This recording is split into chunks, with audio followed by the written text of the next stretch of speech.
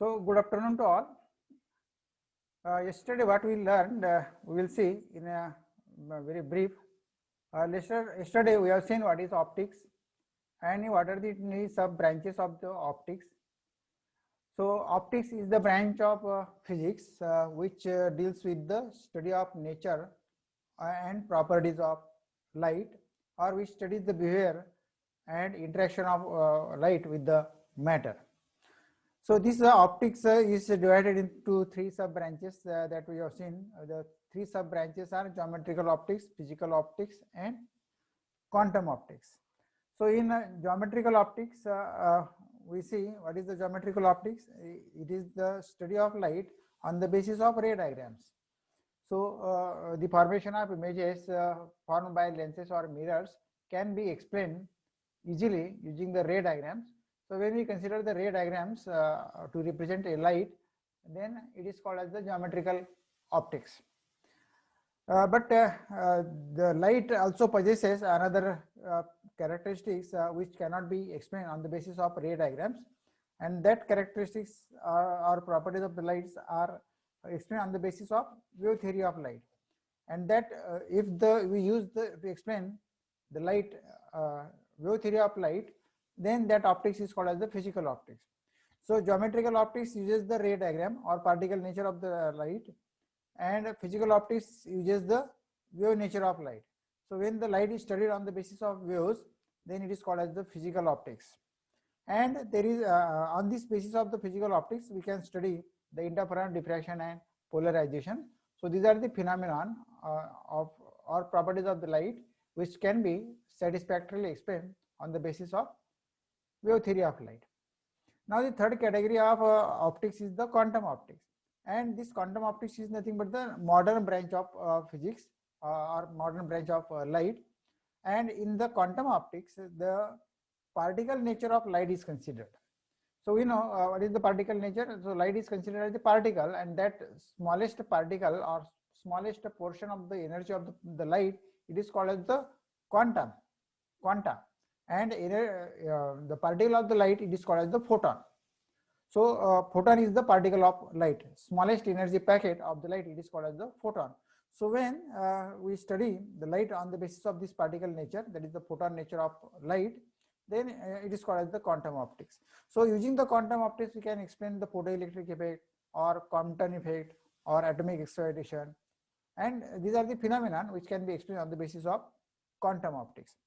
So in all, we have seen there are three sub branches of the optics: geometrical optics, physical optics, and quantum optics. So remember these three branches, and there is nothing to bother about these branches.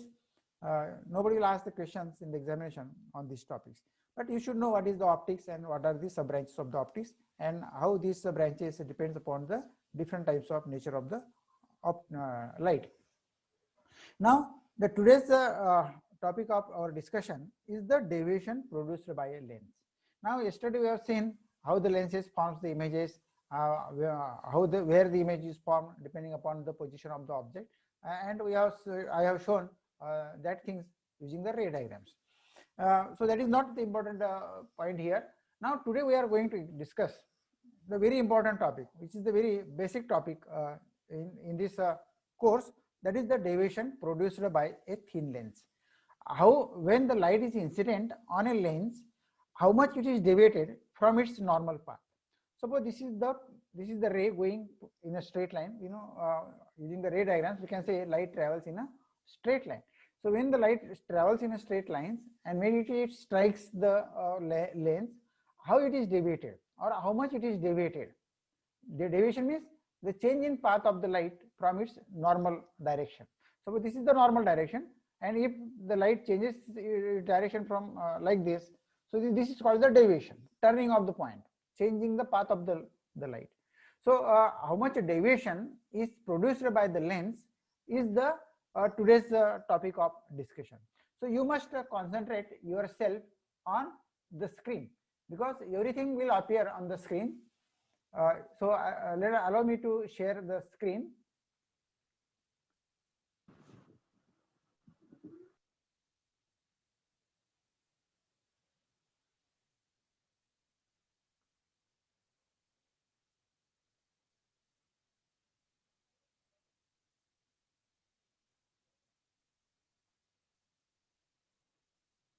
Screen दिसतोय?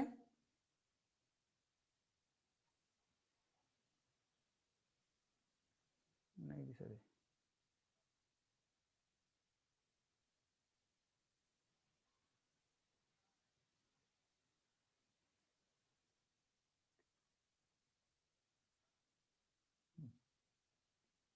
Screen दिसतोय सर्वांना?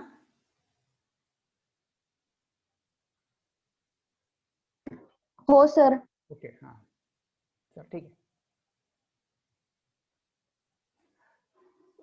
So today's topic of discussion is very important because throughout this chapter we will have to we have to learn these points. So deviation produced by a lens. Deviation produced by a lens. So here in this diagram I have taken a convex lens. I have taken a convex lens. This x dash is the principal axis. This is called the principal axis. That is the line passing through the center of the lens. And this PA is the incident ray. So this PA is the incident ray.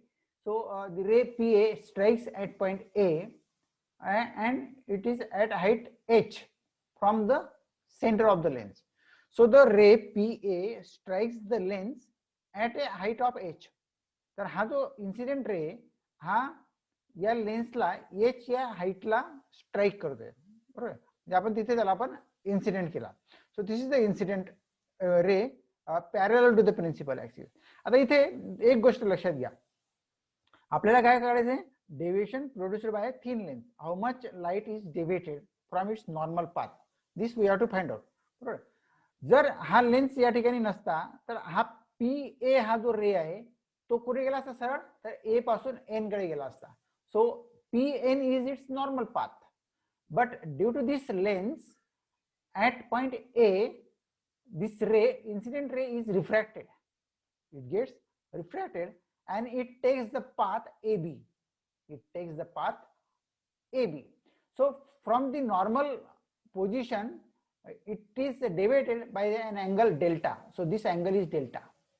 So this is the normal direction of the incident ray, and this is the refracted ray, that is the deviated ray. So the deviation produced with incident ray, या incident ray मध्ये deviation किती produce झाला, तर delta इतका. So this delta is the deviation produced in the incident ray. Now in case of this convex lens, आता आपण इथे काय केलं, आपल्याला we will consider two positions. म्हणजे आता इथे आपण object is placed at infinity. Object is placed at infinity. And when the object is at infinity, the rays coming from that object are considered as parallel.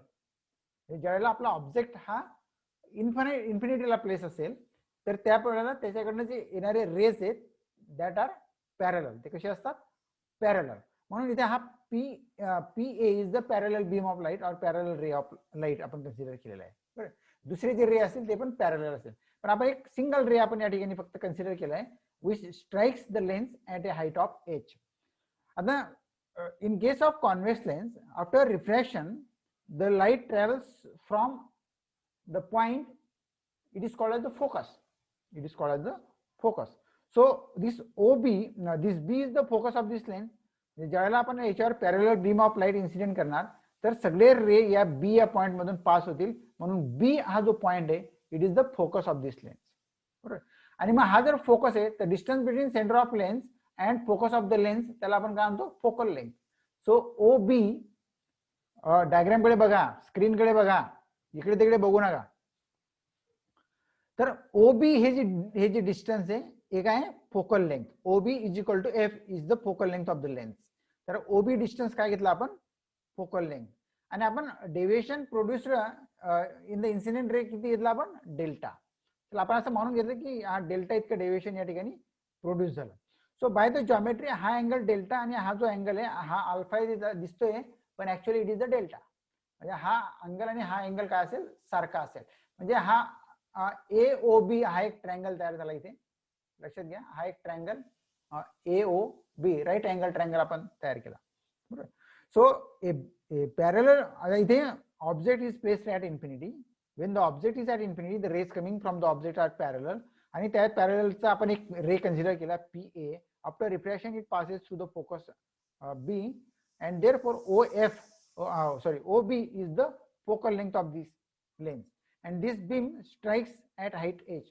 हा beam कुठे किती उंचीवर आहे तर h इतक्या उंचीवर या लेन्सला स्ट्राईक होतोय. Let us move forward. आता आपल्याला ह्या AOB या ट्रायंगल मध्ये बघा, this is the triangle AOB, right angle triangle आहे बरोबर. आता राईट अँगल ट्रायंगल मध्ये टॅन ऑफ डेल्टा, म्हणजे हा अल्फा नाही इथे, ऍक्च्युली याला डेल्टा म्हणा आपण. याला जर आपण डेल्टा म्हटलं, अल्फाला डेल्टा म्हटलं तर टॅन थिटा काय असतो, समोरची बाजू भागीला लगतची बाजू, समोरची बाजू भागीला लगतची बाजू, म्हणजे अपोजिट साइड म्हणजे ही एच, अपोजिट साइड काय आली एच, आणि लगतची बाजू म्हणजे ऍडजस्टंट साइड काय आली F. So tan of delta is equal to H upon F. Tan of delta is equal to h upon f. Right?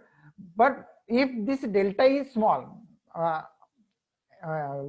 tan च्या प्रॉपर्टी नुसार जर डेल्टाची व्हॅल्यू स्मॉल असेल तर tan of delta is equal to delta लिहितो आपण. We write tan of delta is equal to delta.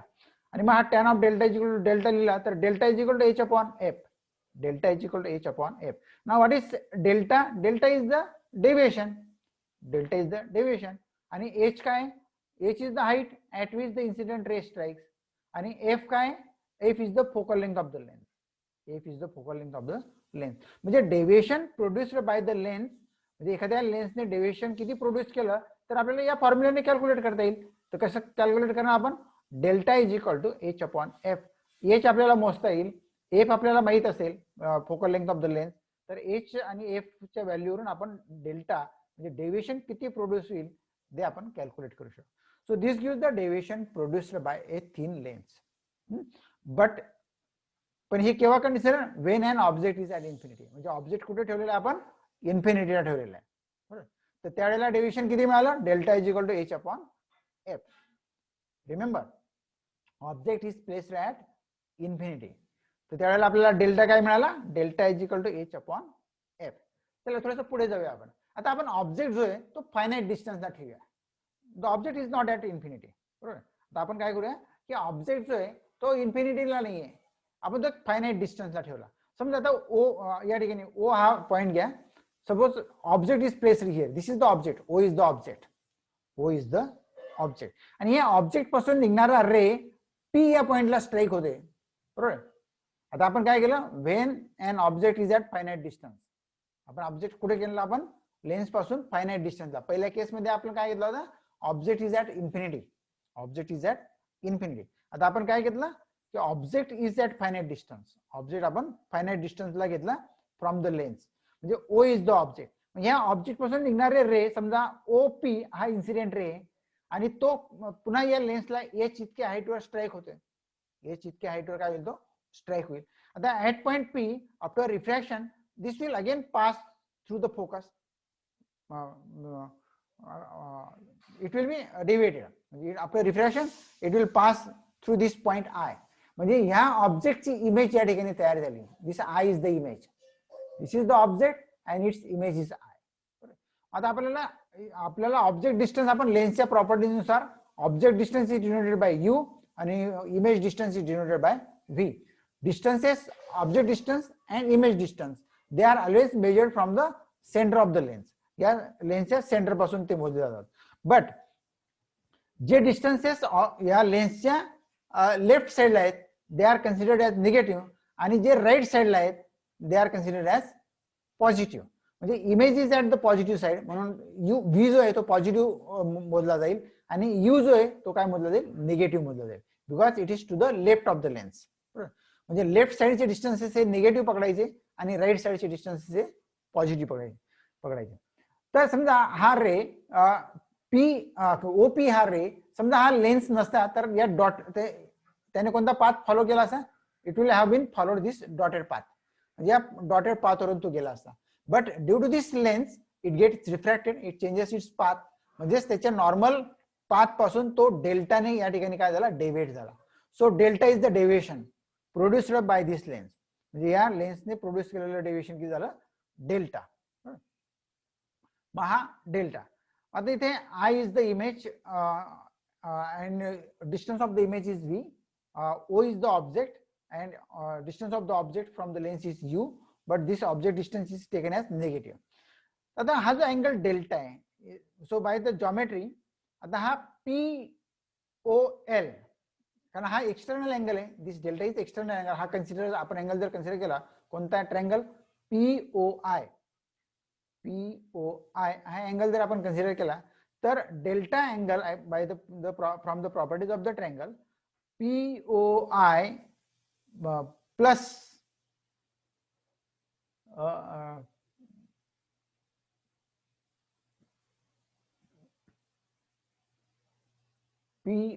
POL, this angle is plus angle PIL, it is equal to delta. म्हणजे हा जो delta आहे हा angle आणि हा अँगलच्या समच्या बरोबर असेल या ठिकाणी. आता इथे दोन ट्रायंगल तयार झाले बघा, POL हा एक अँगल तयार झाला आणि PIL हा एक राईट अँगल ट्रायंगल तयार झाला. म्हणजे हा एक अँगल आणि हा एक अँगल.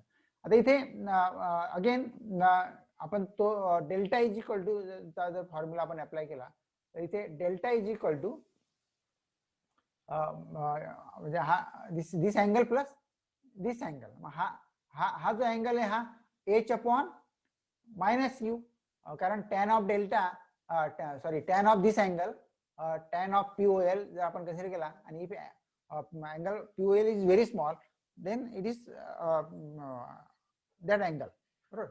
तर हा दिस अँगल इज म्हणजे opposite side divided by adjacent side, म्हणजे ऑपोजिट साइड इज H आणि ऍडजस्टंट साइड काय मायनस यू, प्लस तसंच हा जो अँगल आहे PIL हा अँगल काय मिळेल तुम्हाला opposite side divided by adjacent side, so H upon V. So delta, this total angle delta is equal to H upon minus U plus H upon V. So here take the H common घेतला आपण तर हा 1 upon V इकडे घ्या आणि हा minus तिकडे, म्हणून 1 upon V minus 1 upon U. So delta is equal to H 1 upon V minus 1 upon U. But आपल्याला हा लेन्स फॉर्म्युला याला म्हणतात, this is the lens formula. आपण हा 11वी-12वीला कुठेतरी शिकलोय. तर image distance, reciprocal of image distance minus reciprocal of object distance is equal to reciprocal of focal length, म्हणजे 1 upon V minus 1 upon U is equal to 1 upon F. This is the lens formula. तर आपण ही जी value 1 upon V minus 1 upon U is equal to 1 upon F substitute केला इथे, तर delta is equal to पुन्हा आपल्याला काय मिळाला H अपॉन F. मागच्या केसमध्ये सुद्धा आपल्याला delta is equal to H upon F मिळाला होता. या केसमध्ये सुद्धा आपल्याला delta is equal to H upon F मिळाला. पहिल्या केसमध्ये ऑब्जेक्ट कुठे होता ऍट इन्फिनिटी, आता ऑब्जेक्ट कुठे, object is at finite distance, पण डेव्हिएशन प्रोड्यूसर काय मिळालं सारखंच मिळालं H अपॉन F. तर H काय, the height at which the incident ray strikes, किती उंचीवर तो इन्सिडेंट रे त्या लेन्सला स्ट्राइक होतो, दॅट इज द H. आणि F म्हणजे काय, F is the focal length of the lens. आता F is the focal length of the lens म्हटल्यानंतर focal length of the lens काय फिक्स आहे, बरोबर. म्हणजेच हे जे डेव्हिएशन आहे ते जर आपण फोकल लेंथ फिक्स पकडली तर डेव्हिएशन कशावर डिपेंड आहे, H वर. म्हणजे तुम्ही किती उंचीवर तो इन्सिडेंट रे त्याच्या स्ट्राइक होतोय त्याच्यावर, म्हणजे H जर जास्त असेल तर डेव्हिएशन जास्त, H कमी असेल तर डेव्हिएशन कमी. आणि it is inversely proportional to the focal length, म्हणजे फोकल लेंथ कमी असेल तर डेव्हिएशन जास्त आणि फोकल लेंथ जास्त असेल तर डेव्हिएशन कमी. तर आपण what conclusion we can draw from this two things. तर आपण दोन कंडिशन्स घेतल्या. One is object is at infinity, त्यावेळेला आपल्याला डेल्टा इज इक्वल टू काय मिळाला H अपॉन F मिळाला. आणि ज्यावेळेला object is at finite distance घेतला आपण त्यावेळेला सुद्धा आपल्याला डेल्टा इज इक्वल टू काय मिळाला H अपॉन F. तर we can conclude that deviation produced by lens is independent of the position of the object. लक्षात, the deviation produced by lens is independent of the position of the object. कारण पहिल्या केसमध्ये object होता आपला इन्फिनिटीला, second केसमध्ये object होता at finite distance. तर आपल्या फॉर्म्युल्यामध्ये काही फरक पडला नाही, म्हणजेच काय झालं की ऑब्जेक्टच्या पोझिशनवर इंडिपेंडंट आहे deviation. So deviation produced by lens is independent of the position of the object, but depends upon the, पण दोन गोष्टीवर अवलंबून आहे, depends upon the height at which the ray strikes, म्हणजे तो रे किती हाईटला स्ट्राइक होतो त्याच्यावर तो डिपेंड्स करतो, आणि focal length of the lens, आणि focal length of the lens. Formula बघा, delta is equal to H upon F. हा एच वर डिपेंड आहे आणि एफ वर डिपेंड आहे. एच काय हाईट आणि एफ काय फोकल लेंथ. जर आपण फोकल लेंथ फिक्स ठेवली, एखाद्या लेन्सची फोकल लेंथ समजा फिक्स आहे, तर deviation produced depends upon the height at which the incident ray strikes. So we can conclude that the deviation produced by a lens is independent of the position of the object but depends upon the height at which the ray strikes the lens surface and the focal length of the lens. ये दोनोंच गोष्टींवर deviation produced by the lens काय करते, depends करते, एक height वर आणि एक focal length वर.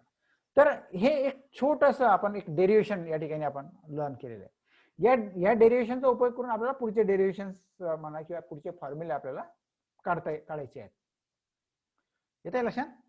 So remember there are two positions, when an object is at infinity and when an object is at finite distance. So let us move to the next topic.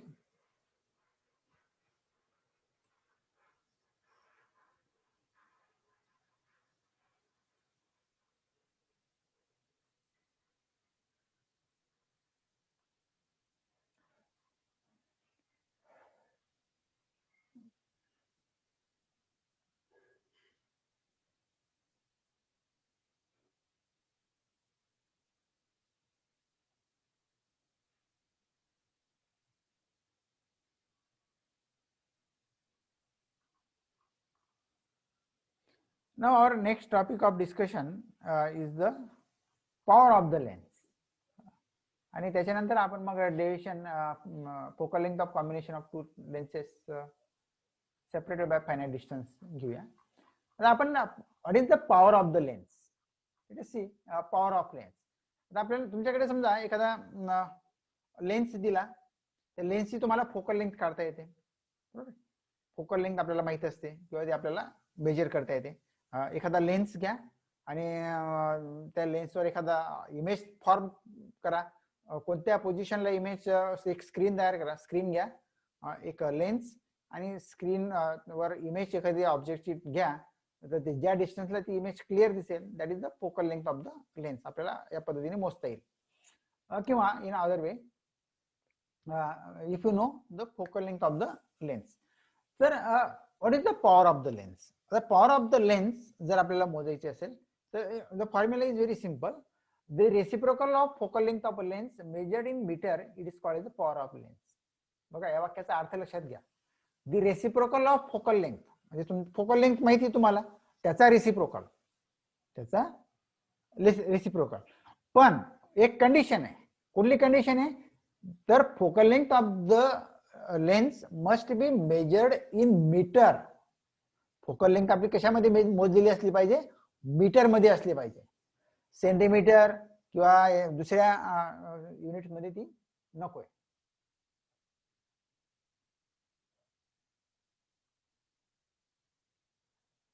तर power of lens म्हणजे काय, the reciprocal of a focal length of a lens measured in metre, it is called power of lens. म्हणजे power of lens is equal to, एक simple formula तयार झाला. Power of lens it is generated by P and it is equal to 1 upon F, म्हणजे focal length of lens, but focal length in metre. Focal length आपण कशामध्ये मोजणार, metre मध्ये मोजणार, बरोबर. समजा आता एखादा लेन्स आहे आणि त्याची फोकल लेंथ 1 मीटर आहे. Suppose you are given a lens and its focal length is 1 metre. त्याची पॉवर किती येईल, 1 अपॉन 1, दॅट इज 1, म्हणजे 1 येईल त्याची. मग what is the unit of this power. ह्या पॉवरचं युनिट काय, तर unit of the power of lens is diopter. Unit of power of lens is diopter. It is generated by D and power of lens is generated by P. So diopter is the unit of the power of the lens. So unit of power of lens is diopter. It is generated by D. समजा एखादा lens आहे, त्याची focal length 1 metre आहे, तर त्याची power किती आली, 1 dioptre. समजा एक लेन्स तुम्हाला दिला मी आणि त्याची फोकल लेंथ 2 मीटर आहे, त्याची फोकल लेंथ 2 मीटर आहे, तर त्याचा पॉवर किती येईल, कोणीतरी सांगा बरं. Suppose you are given a lens having a focal length of 2 metre. What will be the power of the lens according to this formula? काय येईल या फॉर्म्युल्यानुसार? कोणीतरी सांगा एकाने. Let us try.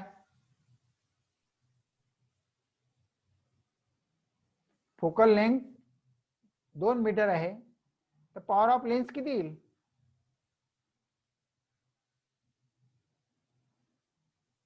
अरे सोपं आहे ना, कारण 1/4 फोकल लेंथ आहे ना.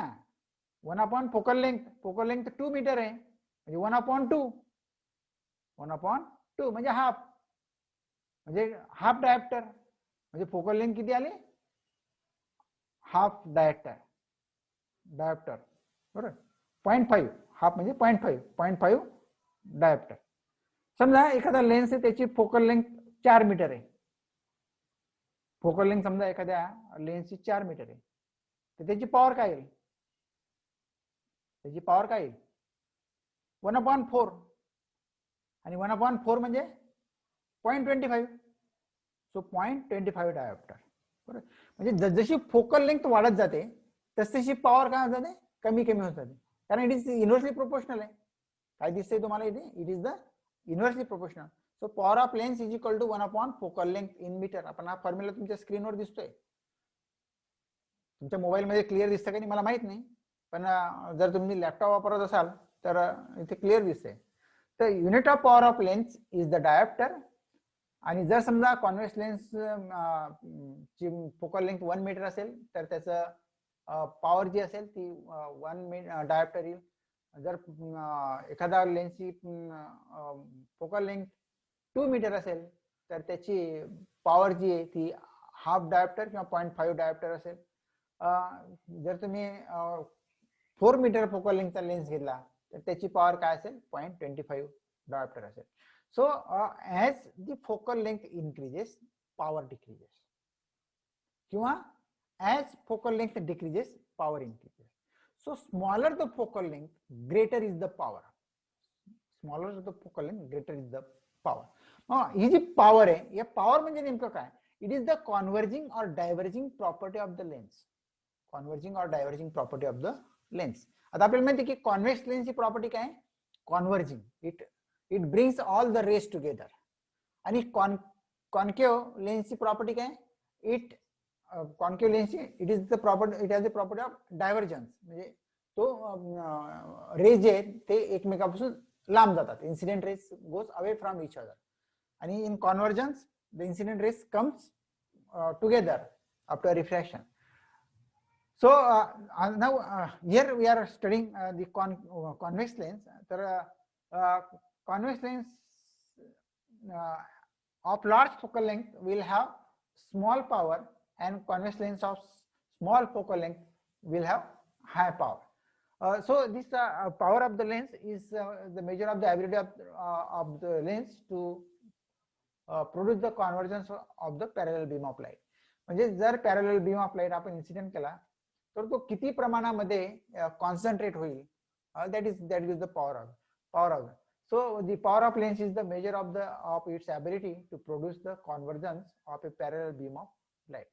आता इथे कॉन्व्हेक्स लेन्स जो आहे त्याची प्रॉपर्टी काय? कॉन्व्हर्जन्स बरोबर. म्हणजे when the light is incident on a convex lens at the focus, all these rays meets together. It has the property of convergence. आणि कॉन्व्हेक्स लेन्सची जी पॉवर आहे, it is taken as positive. Convex लेन्सची power काय घेतली जाते? Positive घेतली जाते. So the convex lens produces convergence of light and its power is taken as positive. म्हणजे काय? A convex lens of large focal length produces small converging effect. समजा आपण एखादा लार्ज फोकल लेंथचा लेन्स घेतला आपण, तर त्याची कॉन्व्हर्जिंग कॅपॅसिटी कमी असेल.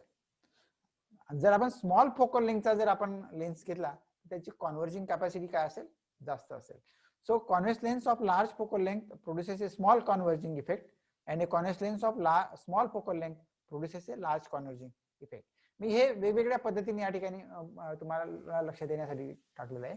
आणि on the other hand concave lens has a property or ability to of divergence बरोबर. आणि म्हणून power of the concave lens is taken as negative. Concave लेन्सची पॉवर ही काय घेतली जाते, निगेटिव्ह. पाटील सारा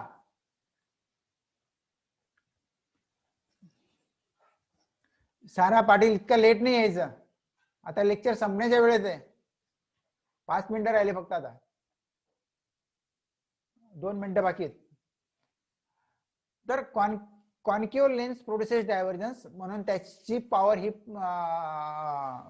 निगेटिव्ह पकडली जाते किंवा निगेटिव्ह मानतो आपण. आणि कॉन्व्हेक्स लेन्स ह्याची प्रॉपर्टी ऑफ कॉन्व्हर्जन्स, आणि म्हणून त्याची पॉवरची आपण पॉझिटिव्ह घेतो. आता आपल्याला हा एक फॉर्म्युला दिलेला आहे. समजा when two thin lenses of focal length f1 and f2 are placed coaxially, म्हणजे समजा 2 लेन्स आपण एका ऍक्सिसवर ठेवले आणि त्यांना आपण डिस्टन्स, त्यांच्यातला डिस्टन्स d असेल, तर इक्विव्हॅलंट फोकल लेंथ आपल्याला दिली जाते. आपल्याला पुढच्या टॉपिक मध्ये हे बघायचंय.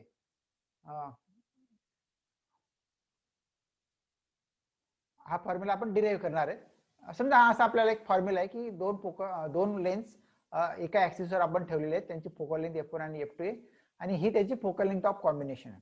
तर या 2 लेन्सची एकत्रित पॉवर किती असेल, या 2 लेन्सची एकत्रित पॉवर किती असेल, total power of this 2 lenses काय असेल, तर आपल्याला माहिती आहे 1/f म्हणजे power, reciprocal of focal length is the power, म्हणजे 1/f is p, total p, आणि 1/f1 म्हणजे p1, आणि 1/f2 म्हणजे p2, आणि हा d म्हणजे डिस्टन्स बिटवीन द 2 लेन्सेस, आणि हा परत 1/f1 इंटू 1/f2 म्हणजे p1 इंटू p2, कारण काय p is equal to 1/f. बरोबर. म्हणजे when two lenses are separated by finite distance, their power is given by p is equal to p1 plus p2 minus d p1 p2. जर हे 2 lens आपण contact मध्ये ठेवले, if the two lenses are in contact, तर d is equal to काय होईल, 0 होईल, म्हणजे ही टर्म काय होईल, 0 होईल. आणि मग आपल्याला हा फॉर्म्युला काय मिळेल, 1/f is equal to 1/f1 plus 1/f2.